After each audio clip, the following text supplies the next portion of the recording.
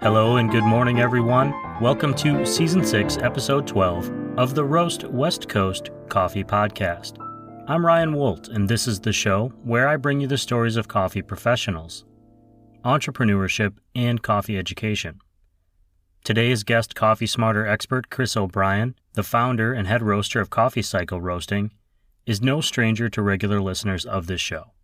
The conversations that I had with him 5 years ago in the early days of Coffee Cycle are the reason Roast West Coast, the coffee podcast, even exists.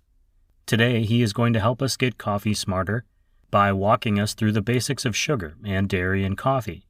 We talk about how we can avoid masking the flavor of the coffee, but we take a detour through direct trade to get there.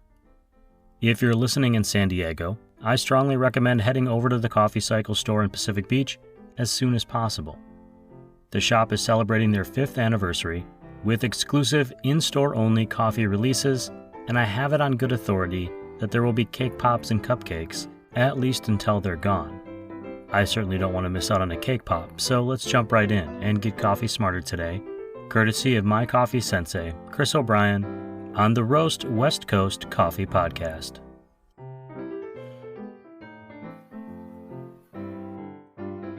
All right. Hi. Hey, buddy. It's nice to see you. Nice to see you too. Christopher O'Brien, how are you today? Well, I'm pretty good. Yeah, I've had a good day so far, and I'm looking forward to talking with you a bit. And there's plenty of worries out there, but I feel like I'm meeting my challenges with relative aplomb. That brings me to the first thing I wanted to say to you, which is happy 5-year anniversary at Coffee Cycle.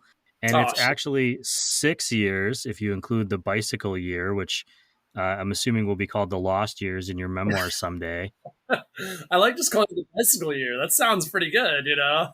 The bicycle year. So you've been in business for 6 years, but you've been in your location in Pacific Beach for 5.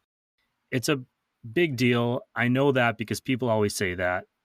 But for a small business to survive 5 years is an accomplishment no matter what your levels of success are. So congratulations. You're celebrating by offering some direct trade coffees. I know that's something that's been important to you since you started roasting, but it's not necessarily an easy endeavor, especially if you're not traveling and you're also operating a cafe 365 days a year, give or take. Why is getting some direct trade offerings important to you, and what is special about the ones that you're going to be offering for your 5-year anniversary, which is actually this weekend? Well, I'm so flattered that you would ask. Thank you. And that you care about that sort of thing, because direct trade coffees are really important to me, as you said. And they're important to me because I think, we all care about issues that we hear about in the world, right? We all care about poverty and hunger and all things like that, at least to some degree or other. But when you put a face and, you get to kind of have some personal interaction with people that have these struggles that you hear about, it's different. It just hits different. And I've heard of fair trade coffee since I've been in coffee, which is over 20 years now. I've been in coffee for 22 years, since I was 16. Oh my first goodness, job. you're so old. Coming from you, I can only laugh. And that's all I'll say about that. But it is kind of crazy to think that I've been working in coffee for as long as, some people have been alive. And that's there's plenty of people that have worked in coffee longer than I have. But, you hear about working or offering fair trade coffees, and that's important. And I think we've talked a little bit about this in previous episodes, but, sometimes I think about fair trade as being sort of like a minimum wage. So coffee gets traded as a commodity on the stock market, basically. And investors are betting on the price of coffee and guessing whether it's going to go high or low. So if there's a bad frost in Brazil and the harvest is going to be low, chances are the price of coffee should raise, because there's going to be less coffee out there, less supply, and equal demand. And therefore, they're going to bet that the coffee price is going to raise. And so betting on this price, regardless of whether there's a frost in Brazil or not, or what the global supply and demand looks like, betting on the price, whether you're betting high or betting low, will actually affect the price. The price of coffee gets manipulated by people investing in it in the commodities market.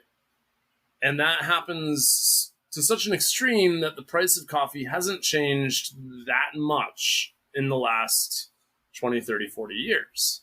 And that might sound like an exaggeration, but really, like, if you go and look up, we call it the C market price, the global commodities market price for Arabica coffee, it really hasn't changed that crazy dramatically over that length of time. And, to a coffee farmer, a price change of 10 cents might be dramatic.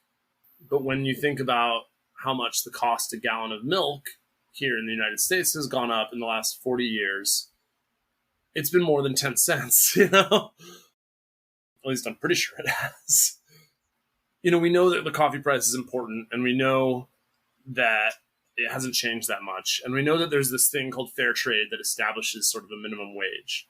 And minimum wage, fair trade stuff is important. It's good to have a baseline for which people should be paid and make sure that they can plant their crop again the next year and feed their families and, ideally have like a halfway decent quality of life. But when you meet people that are going to college to learn about coffee, that have been working on the family farm that's been owned for generations and, are tending plants that their grandfather, planted or, discovering things that, previous generations have been doing. When you realize the history and the human effort involved in the farm process, and when you can put a face to that human effort, and when you realize that this other human is doing something that you're not even close to capable of doing, it really can make it strike home that this is someplace that I can make an impact. And not just that I can make an impact, but holy smokes, we all drink coffee. There's so many people that drink coffee. I mean, sure, not we all. There are tea drinkers out there, and there are people too. And there's people that don't drink any caffeinated beverages, and there are also people too. But coffee is so widely consumed, and coffee farmers always get the short end of the stick. They always get it rough. Whether they're getting fair trade prices or commodity grade prices, they're still getting it rough. They're getting minimum wage or worse.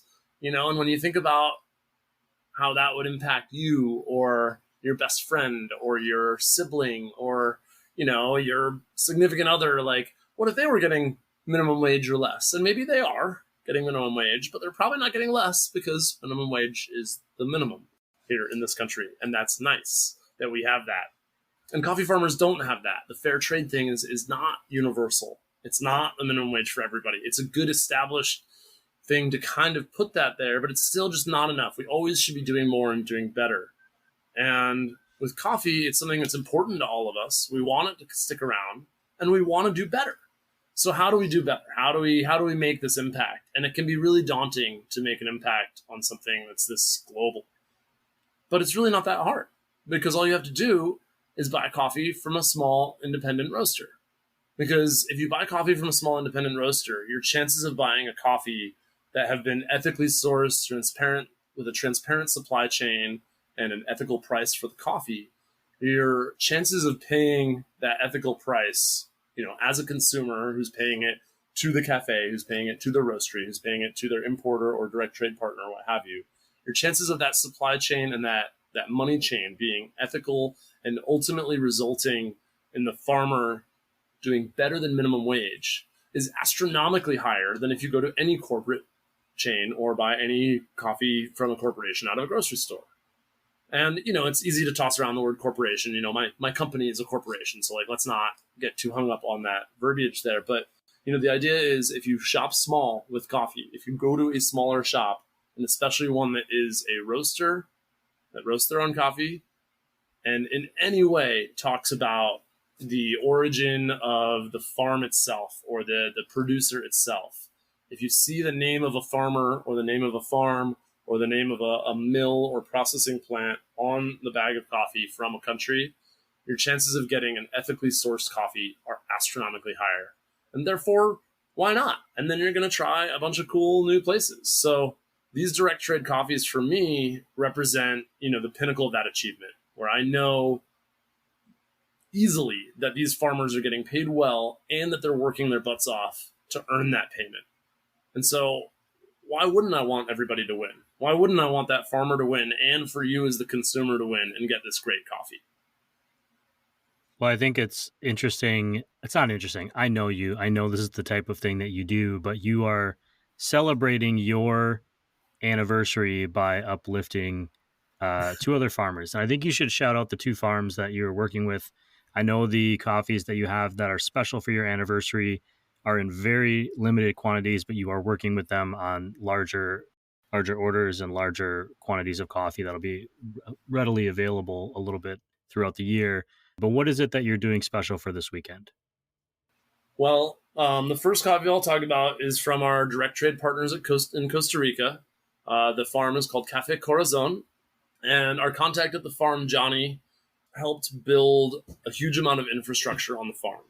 And he acts as our go-between between us and the actual owner of the farm, Henry. And Johnny has helped this farm not just by investing in the infrastructure, but by listening to what the farm owners wanted and asked for and helping them achieve those goals. He has helped their farm increase the specialty of their produced quality tremendously. So Cafe Corazon already was growing and harvesting some excellent coffee. And they grow a couple varieties of coffee on their farm. They grow Caturra, which is a very popular South and Central American variety of coffee that's considered specialty and tastes great, but is very disease susceptible.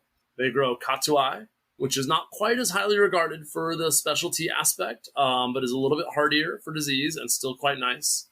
And they have a couple other plantings around the farm of some other varieties that are really interesting and that we haven't played around with too much, but I've had some samples of. They have a mocha variety. This is very small bean variety that's very specialty and very sought after, and that's phenomenal. And we didn't import that one this year. But we did get a mixture of the Caturra Catuai blend. They blend those two varieties together, and we got it as a black honey process. And so some of the infrastructure Johnny's invested in is processing equipment, including honey processing equipment. And he's built a whole processing mill on the farm. And so the black honey was our flagship coffee for a number of months, starting, I think, last February.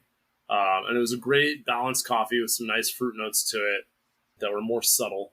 I mean, really beautiful espresso with kind of some dark fruit coming out, some figs, dates, some black cherry, but also a nice, rich, dark chocolate and just sweet and juicy and bitter and dark and all the things you want out of a great coffee.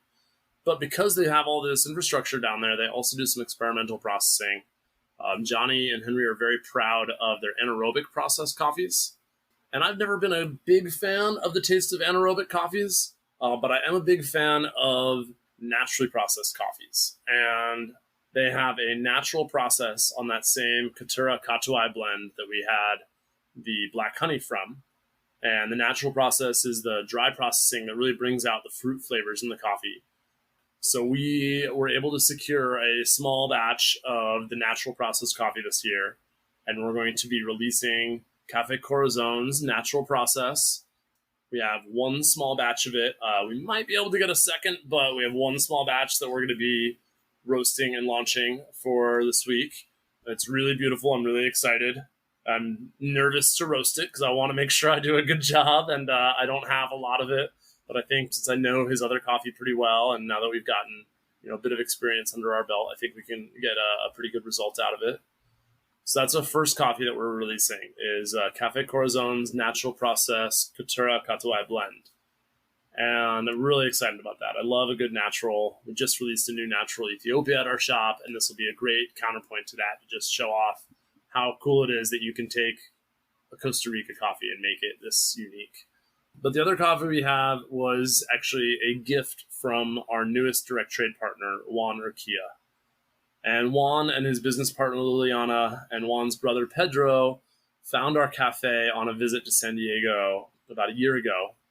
they asked if I ever served any coffee from Honduras. And I had to say no, I had never served a coffee from Honduras before.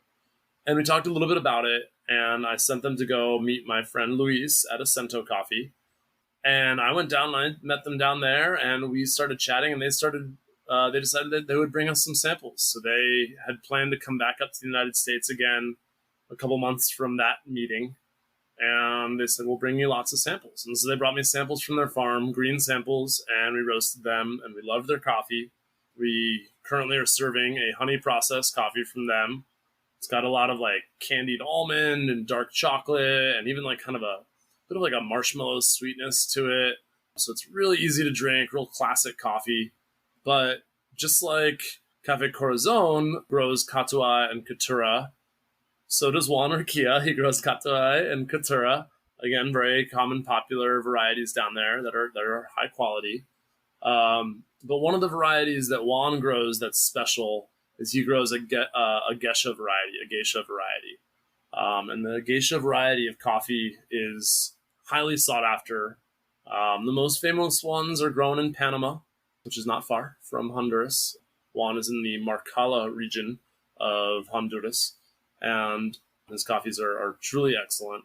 But Juan has gifted us with a small batch of washed geisha variety coffee from his farm down in Marcala in Honduras.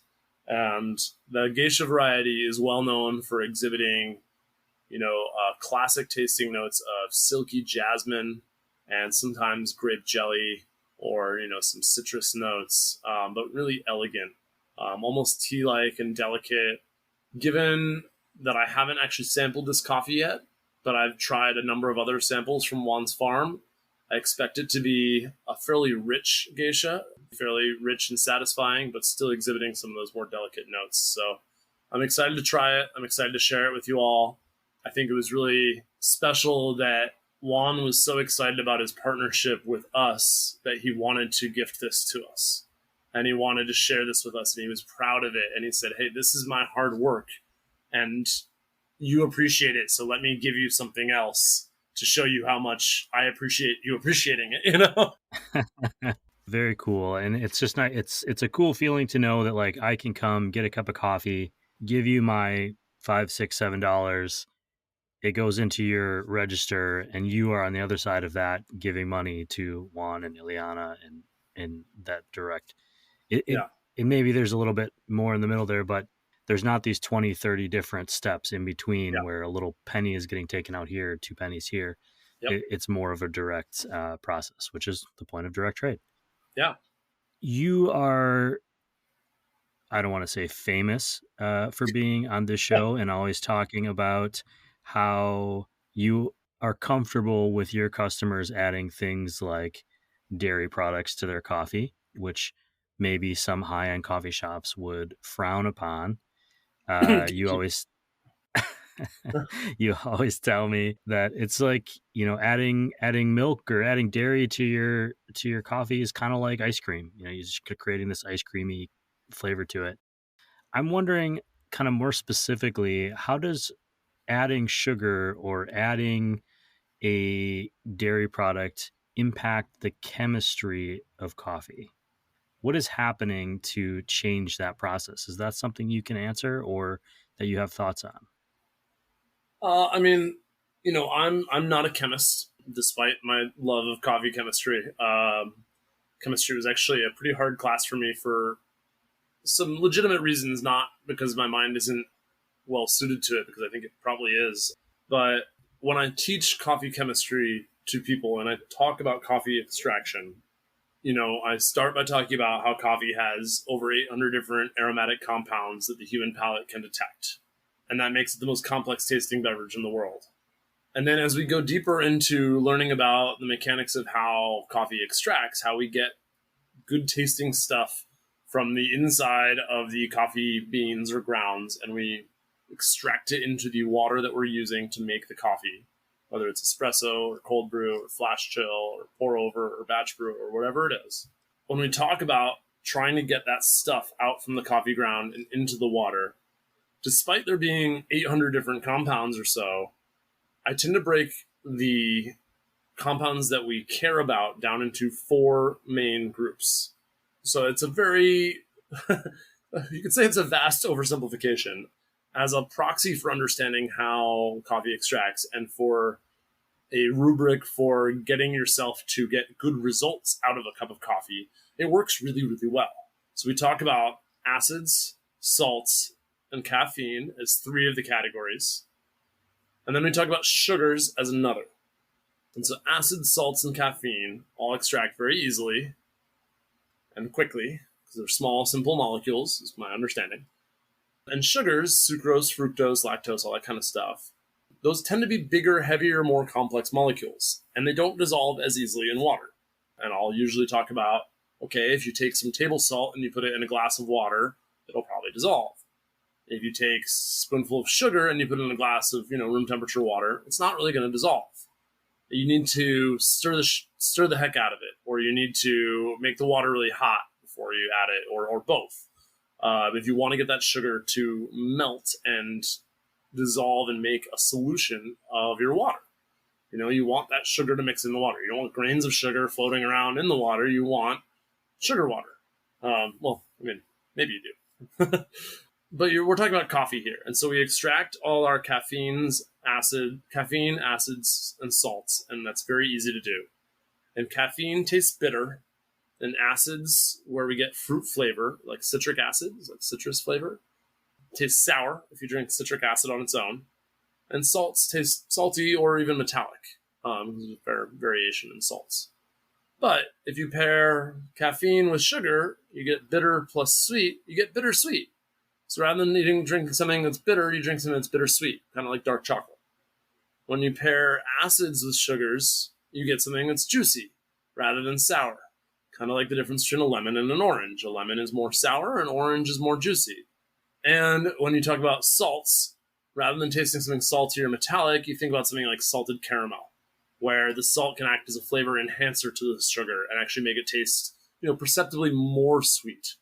I did air quotes there. Nobody can see them because I'm on a video chat, but I did air quotes there. I don't know why. So when we're talking about adding sugar and milk and cream to our coffee, there's the easy school of thought says that sugars and milk fats are going to cover the taste of the coffee and blanket it and smother it and make it hard to taste the other things that are in there. And that's not wrong. It's not wrong. That doesn't necessarily mean that's a bad thing, because maybe you don't want something that tastes juicy, bittersweet, and, like salted caramel. Maybe you just want something that tastes sweet and creamy and like ice cream. And I think there's an argument to be said for a little bit of, cream maybe enhancing the flavor because you've added a little bit of lactose sugar to it, which can enhance the flavor because we're already trying to get the naturally occurring sugars out of the coffee bean. And so maybe there's not quite enough sugars for your palate. Maybe you're so used to eating sweeter things that, your brain is kind of deleting some of that sweetness from what you're experiencing. And oils carry a lot of flavor to them. Flavor oils in coffee do carry a lot of different flavor compounds. And so the fats in the milk could potentially act as sort of a vehicle to help carry that to you. I think in general, you would look at it as smothering the taste of the coffee is the easy answer, and it's a true answer, and there's nothing to really disagree with that. Like maybe a tiny bit of enhancement occurs, but probably more smothering occurs than enhancement. But that doesn't matter because Juan or Henry or Johnny, none of them care necessarily that every single person who drinks their coffee tastes the subtle note of jasmine and night blooming cirrus, from their coffee. They just care that you're enjoying it and that you're rewarding their hard work. They want to make a good product so that we'll pay a good price for it because we also serve the people that are looking for those deep subtleties, and nobody's palate is perfect. You can train your palate to pick up a lot of different things, but it's pretty easy to find yourself in an echo chamber of, well, I taste this every day, and so therefore I don't notice it anymore. I used to make my coffee with some pretty poorly filtered water, and I just got used to drinking it that way. And so I could get some good tasting notes out of the coffee. And then if I made it for someone who used, reverse osmosis water with third wave water, additives added back in, or whatever their, favorite coffee water additives are, maybe they thought my coffee, they couldn't taste the subtlety because I had too many contaminants, I did air quotes again, from my poorly filtered water. So, at the end of the day, whenever I'm training someone on how to taste coffee and to pull out tasting notes and to think about what they're tasting, it doesn't matter if I say it tastes like elderflower and you say it tastes like wisteria blossoms and Ryan says it tastes like diner coffee. It doesn't matter if the three of us totally disagree on that. What matters is, did I like it? Did Ryan like it? Did the other person like it? Can I tell the difference when I put this side by side with something else? Or can I tell the difference when I think about the last cup I had compared to this cup? Do I like this one better or worse? And it's entirely possible that, you might like your coffee, my coffee worse than the last coffee you had. So if you want to add cream and sugar to it, I don't care if it masks the flavor that I get out of it. As long as you're enjoying it, I'm happy. As long as we're participating in a good ethical supply chain, I'm happy. Sugar tastes good. We're wired to like the taste of sugar. It activates pleasure centers in the brain. I like pleasure. It sounds dirty when you say it. If you were to give somebody, let's just say me, advice specifically, I have always drank black coffee. It was advice that was given to me when I first started drinking coffee 12 years ago, and I never stopped to just drink the coffee and see what I could taste. Over the past year or so, I've slowly started adding in like a little bit more macchiatos or cortados or lattes and cappuccinos into my drinking, mostly because I'm drinking a lot more coffee than I have in the past. But if you were to say to someone who is a black coffee drinker or a diner coffee drinker who is drinking to mask their coffee, but maybe wants to be a little bit more pretentious isn't the right word, but wants to be a little bit more nuanced about it, and is conscientious about the sugar, about the milk, about whatever they're putting into their coffee so that it actually enhances instead of masks, what tip might you give them? First of all, just to tangent very slightly, what you just said reminded me of a good aspect of coffee chemistry, adding milk to it that I didn't address, which is milk can help balance the acidity of coffee since milk is more basic, more alkaline. So it can be gentler on your stomach to add some milk. And that is definitely a good argument for it. Put that aside and pretend that I said it earlier in the episode. And to answer your question of giving someone advice who's, having a fair amount of cream or sugar and wants to kind of explore that other direction, I would say, first of all, cut out the sugar before the cream is what I would recommend. Sugar, despite it being able to kind of complement some things, it does overwhelm. Tastes pretty strongly. It's probably also better for you to have less sugar overall. We tend to have a lot of sugar in our diets in this country, and having less is probably good. And should be some natural sweetness to coffee. A cup of black coffee has about 5 calories, and most of that comes from naturally occurring sugars.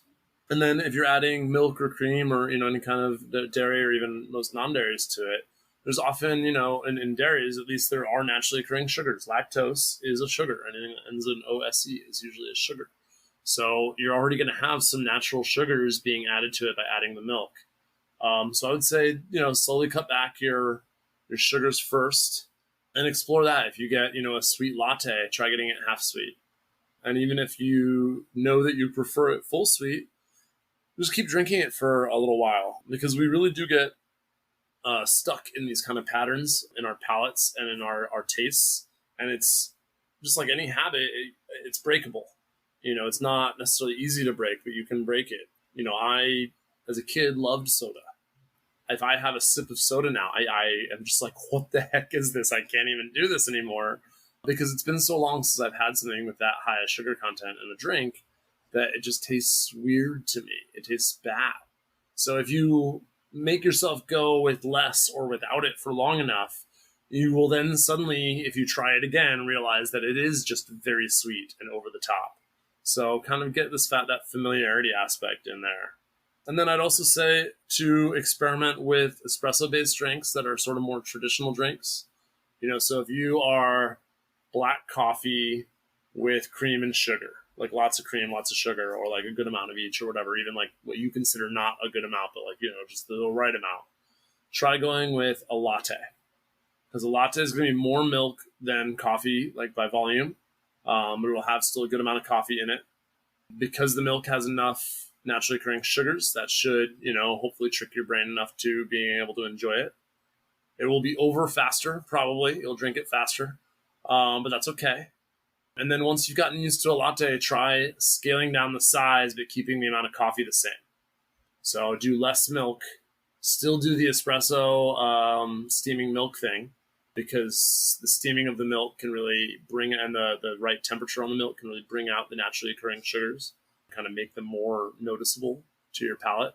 We try to steam our milks around 130, 135 degrees for most of our drinks. A little bit lower for the smaller drinks, just to compensate for the heat of the espresso. But that's going to really make those lactose sugars more noticeable to your palate. And then eventually, you can keep going down in size on those espresso and milk drinks and go latte, short cappuccino, cortado, macchiato. And then you're just about ready for a straight espresso. Or if that seems a little too intense, or if the macchiato is too intense, then you go back and you try a black coffee with some cream. Because you'll realize that then the cream can be kind of enhancing the flavor of that black coffee. And you'll get to really taste what's happening in that espresso in your short cappuccino or your cortado, and you'll really taste what's happening in that brewed coffee. My issue with espresso has nothing to do with coffee and everything to do with duration. Is it disappears so quickly that I don't feel like I get to enjoy that experience. It feels like abrupt. And for me, coffee is something that I really take my time with. It's one of the few breaks that I give myself in a day. And so that's one of the reasons that I don't drink as much espresso as I might, because I actually really enjoy it and I really enjoy the flavor of it. But I limit myself more to... You drank 24 ounces of drip coffee in less than an hour a couple weeks ago when you were at the shop when I was at the KUSI segment. 24 ounces of coffee. You drank two 12-ounce coffees in that 1 hour you were there. Yeah, but I experienced time, so that is me taking my time with it. That's that's me taking a lot of time with it. I was just sipping away, but I had no distractions. You were crushing the interview. I didn't have to think about it. I didn't have to do anything. Chris, I really appreciate you being back on Roast West Coast. I'm going to ask you one last question, but I'm going to give you a 1 minute time limit to answer it. And I might cut you off faster than that. I can do it. We were talking earlier about your anniversary and about succeeding 5 to 6 years, however you want to look at it. In your dreamland, where is Coffee Cycle 5 years from now?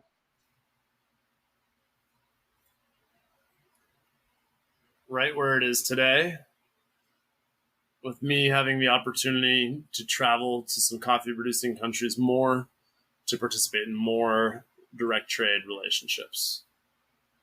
Not bad. I'm proud of you. I didn't even have to give you the extra 30 seconds. So, Chris, thank you for being here. Congratulations on the milestone. I'm looking forward to talking to you next week. We'll get into something a little that sounds less technical, but actually there's a lot going on there with tamping. I'm really looking forward to that. Enjoy the weekend. See you, buddy. Hey, thanks for having me. Nice to see you.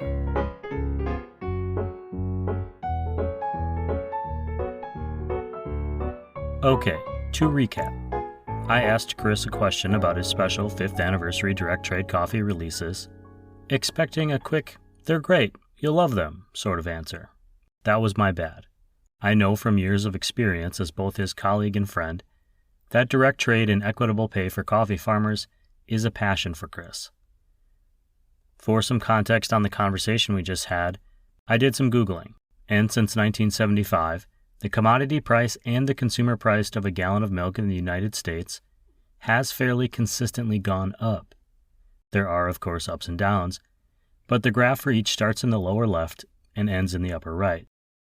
The price peaked in 2005 at an average price of $3.20 per gallon, and has hovered just below that ever since. The demand and production for milk has gone down in recent years with the influx of milk alternatives. With coffee, the graphs aren't quite so uniform. For consumers like you and me, buying a standard batch brew cup of coffee, the price has gone up by a few cents on average year after year. That jump gets more dramatic when you look solely at craft coffees, which have grown in popularity exponentially, especially over the past half-decade. However, the price being paid to farmers has not been growing each year. In fact, the commodity price for a pound of coffee, the money that's being paid to the coffee farmer, peaked 45 years ago in 1977. Back then, farmers were getting paid an average of $3.35 per pound. That number has fluctuated drastically since then. The graph goes way up, way down, way up, way down.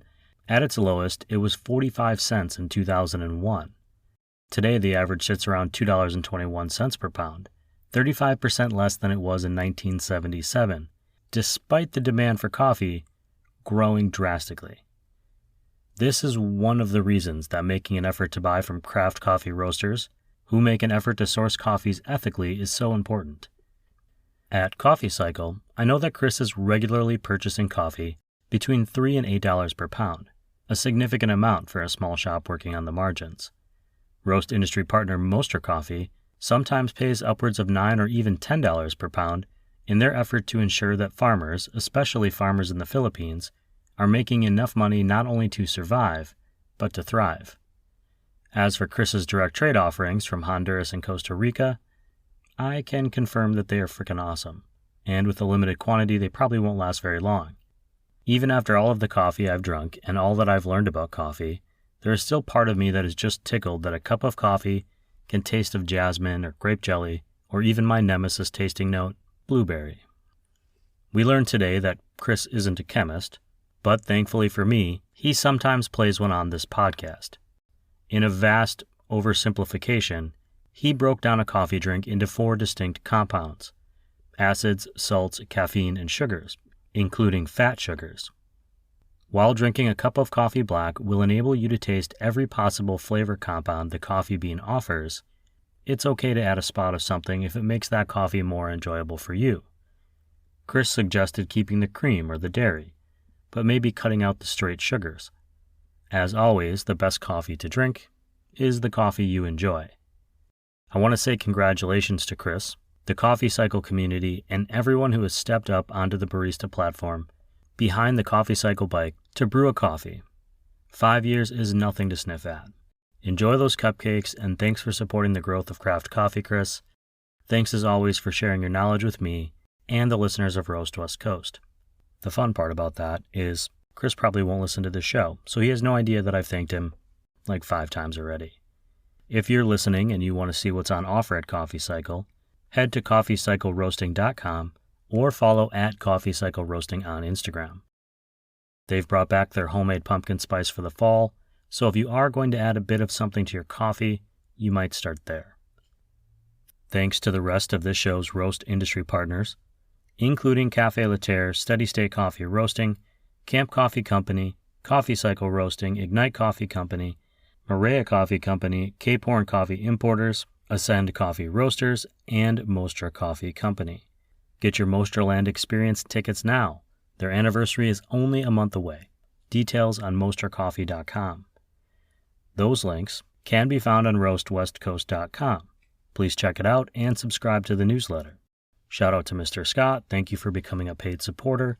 It is always a boost when I see another name added to the list. This show can be found wherever great podcasts are found, including Spotify, YouTube, and Apple Podcasts. And it really helps us out if you tap that 5 stars review button. You can also find links to all of the streaming podcast options at the bottom of every newsletter post on roastwestcoast.com. Thank you all for listening and supporting this show, and for being out there drinking craft coffee.